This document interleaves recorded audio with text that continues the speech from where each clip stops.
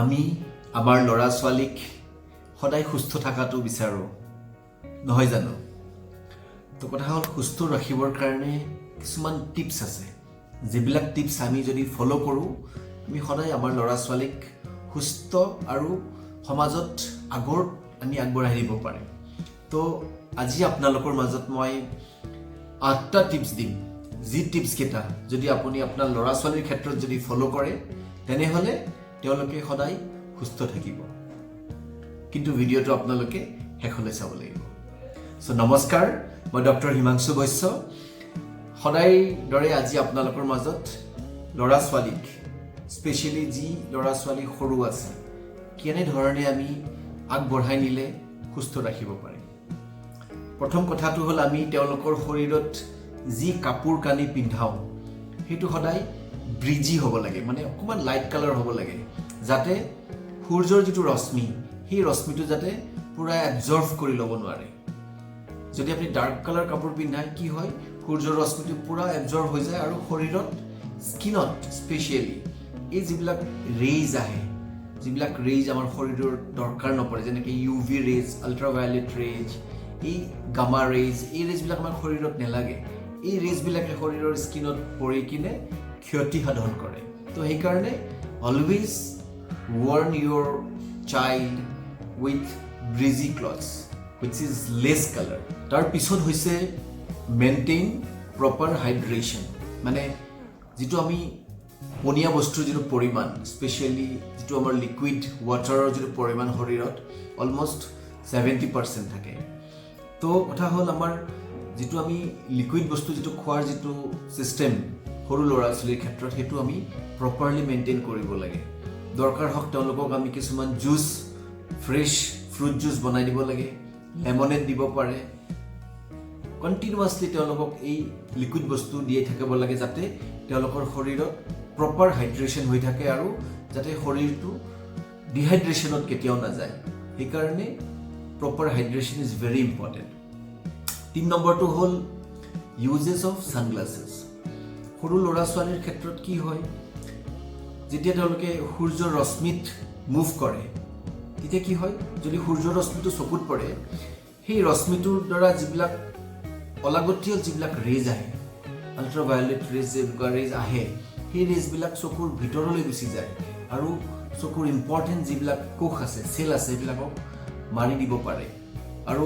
এডাল্টতকৈ সৰু ল'ৰা ছোৱালীৰ ক্ষেত্ৰত এই যিটো UV ৰেজৰ যিটো মানে পেনিট্ৰেশ্যন এইটো বহুত বেছি পৰিমাণে হয় তো সেইটো কাৰণে কি হয় সৰু ল'ৰা ছোৱালীৰ ক্ষেত্ৰত ব্লাড ভিজন হয় চকুৰে কমকৈ দেখা পোৱা হৈ যায় তাৰ উপৰিও কি হয় যদি ছানগ্লাছ যদি এজন সৰু ল'ৰা ছোৱালী পিন্ধে তেতিয়া এই হিট ৱেভৰ পৰা তেওঁলোকে মুক্তি পাব পাৰে আৰু তাৰ উপৰিও তেওঁলোকে নিজকে নিজে ছান প্ৰটেকশ্যন হিচাপে তেওঁলোকে ছানগ্লাছটোক ইউজ কৰিব পাৰে তো UV ৰেজ বা যিবিলাক সূৰ্যৰ ৰশ্মি সেইটোৰ পৰা আমি প্ৰটেকশ্যন নিজৰে পাবৰ কাৰণে সৰু ল'ৰা ছোৱালীক দিবৰ কাৰণে sunglasses is very important stay indoor during the afternoon heat মানে যেতিয়া আফটাৰনুন হয় স্পেচিয়েলি 11ৰ পৰা আপোনাৰ আবেলি 3টা 4টালৈকে যিটো সময় যিটো সূৰ্যৰ ৰশ্মিটো খুব খুব গাঢ় হয় আৰু সেই ৰশ্মিটো যদি এটা সৰু ল'ৰা ছোৱালীৰ গাত যদি পৰিব লগা হয় তেনেহ'লে চিন্তা কৰক কেনেকুৱা হিট প্ৰডিউচ হ'ব বডিত আৰু সেই ৰশ্মিটোত UV ৰেজ অন্যান্য যিবিলাক অলাগতিয়াল যিবিলাক ৰেজ সূৰ্যৰ ৰশ্মিৰ পৰা আহে সেই ৰেজবিলাক শৰীৰত পৰি কিনে আমাৰ ছানবাৰ্ণ হ'ব পাৰে which can lead to skin cancer তাৰ উপৰিও চকুৰ ক্ষেত্ৰতো ইটছ ভেৰি ডেঞ্জাৰাছ আপোনালোকক ইতিমধ্যে কৈ উঠিছোঁ মই তো আমি যিমান পাৰা যায় আমি আমাৰ সৰু ল'ৰা ছোৱালীক এই যিটো আফটাৰনুন টাইম ছান এক্সপ'জাৰৰ পৰা আমি বচাব লাগে আৰু যিমান পাৰোঁ আমি ইনডোৰ ৰাখিবৰ কাৰণে তেওঁলোকক চেষ্টা কৰিব লাগে আৰু যদি কিবা কাৰণত যাবলগীয়াও হয় please do not forget to use the sunglasses along with sunscreen to your body specially it should be above 30 SPF select healthy and digestible food মানে সৰু ল'ৰা ছোৱালীৰ ইনডাইজেশ্যন হোৱাটো একদম স্বাভাৱিক যদিহে তেওঁলোকে বহুত বেছি ফাষ্ট ফুড খায় বেছি অইলি ফুড খায় তো সেইকাৰণে সৰু ল'ৰা ছোৱালীৰ ক্ষেত্ৰত একদম ডাইজেষ্টেবল আৰু হেলদি ফুড খুৱাব লাগে স্পেচিয়েলি তেওঁলোকক সদায় ফ্ৰুটছ দিয়াটো খুব প্ৰয়োজন কোকোনাট ৱাটাৰ দিব পাৰে যদি বেছি গৰম আছে তাৰ উপৰিও কিছুমান লেমনেড হওক বা ফ্ৰেছ ফ্ৰুটছ আপোনাৰ কল হওক, ৱাটাৰমেলন হওক, মেংগোজ, দ্য চিজন অৰেঞ্জ, এনেকুৱা আপুনি তেওঁলোকক দিয়াৰ কাৰণে চেষ্টা কৰিব। লগতে ডাইজেষ্টিবল ফুডবিলাক দিব,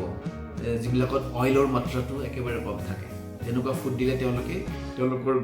গাটছ হেল্ডি থাকিব আৰু ষ্ট্ৰং থাকিব। Cleanse the body of the baby with shower or bath. সৰু ল'ৰা ছোৱালীক আপোনালোকে মিনিমাম এবাৰতো গা ধুব দিবই লাগে, ভালকৈ গা ধুৱাব লাগে। একচুৱেলি যদি নিজে গা ধুব নোৱাৰে, ভালকৈ গা ধুৱাব লাগে। আৰু যদি বহুত বেছি গৰম আছে, ঘামি আছে, তেনেহ'লে আপুনি তেওঁলোকক 2বাৰৰ পৰা 3বাৰলৈকে আপোনালোকে গা ধুৱাব পাৰে। কিন্তু তেওঁলোকক সদায় আমি ক্লিন ৰখাটো খুব প্ৰয়োজন। অলৱেজ ক্ৰিয়েট এ হেল্ডি ৰুটিন। সৰু ল'ৰা ছোৱালীবিলাকে তেওঁলোকৰ যিবিলাক ইচ্ছা, সেই ইচ্ছাবিলাক আমি ৰাখি কিনে আগবঢ়াই নিব লাগিব। তো তেওঁলোকে ধৰক খেলা ধূলা কৰি খুব ভাল পায়। তো কথা হ'ল কেনেকুৱা পৰিস্থিতিত তেওঁলোকক খেলিব দিব। যদি বহুত বেছি গৰম, বহুত বেছি ৰ'দ আছে, যিটোত আমি এক্সপ'জ কৰিব নালাগে ল'ৰা ছোৱালীক, তেনেকুৱা পৰিস্থিতি যদি হয়, তেওঁলোকক ইনড'ৰ কিছুমান এক্টিভিটিজত আমি ব্যস্ত কৰি ৰাখিব লাগিব, যিটো এক্টিভিটিজ তেওঁলোকে ভিতৰত থাকি কিনে কৰি ভাল পাব। যদি সূৰ্যৰ ৰশ্মি একেবাৰে নাই, একেবাৰে কম আছে, আউটড'ৰ গেমছো আমি খেলিব দিব লাগিব, যাতে আমি নেচাৰেল যিবিলাক মানে আপোনাৰ লাইট, সেই লাইটকো আমি তেওঁলোকক এক্সপ'জাৰ হ'ব দিব লাগিব। নেচাৰেল যিটো গ্ৰীনেৰী, সেইবিলাককো আমি চকুৰে তেওঁলোকক এক্সপ'জ হ'ব দিব লাগিব। তো এজ পাৰ চিটুৱেশ্যন এটা আমি হেল্ডি এনভাইৰনমেণ্ট, হেল্ডি ৰুটিন এটা আমি ক্ৰিয়েট কৰিব লাগিব আমাৰ ল'ৰা ছোৱালীৰ বাবে। So' prevent insects that tends to bite. তো কিছুমান পোক পৰুৱা আছে যিবিলাকে আমাৰ ল'ৰা ছোৱালীক কামুৰিব পাৰে। তো কথা হ'ল যেতিয়া আমি আউটড'ৰ গেমছ তেওঁলোকে খেলিবৰ কাৰণে খুব ইচ্ছা প্ৰকাশ কৰিব, আৰু যদি গৰম বেছি থাকে, সেই ইনচেক্টছবিলাক নিজৰ জাগাৰ পৰা ওলাই আহিব পাৰে, মেক্সিমাম চান্স থাকে। আৰু সেইটো সময়ত বাহিৰত খেলি থকাৰ সময়তে তেওঁলোকক সেই ইনচেক্টছবিলাকে কামুৰিব পাৰে। তো সেইটোৰ কাৰণে আমি ইনচেক্টছটোক দূৰত ৰাখিবৰ কাৰণে আমি কিছুমান বডিত কিছুমান ইনচেক্টছ ৰেপ্লিকেটৰ যিবিলাক আছে, আপোনাৰ ইনচেক্টছবিলাক খেদিব পাৰে, গোন্ধটো পাই গুচি যাব, তেনেকুৱা আমি বডিত ইউজ কৰিব পাৰোঁ। বা আমি কিছুমান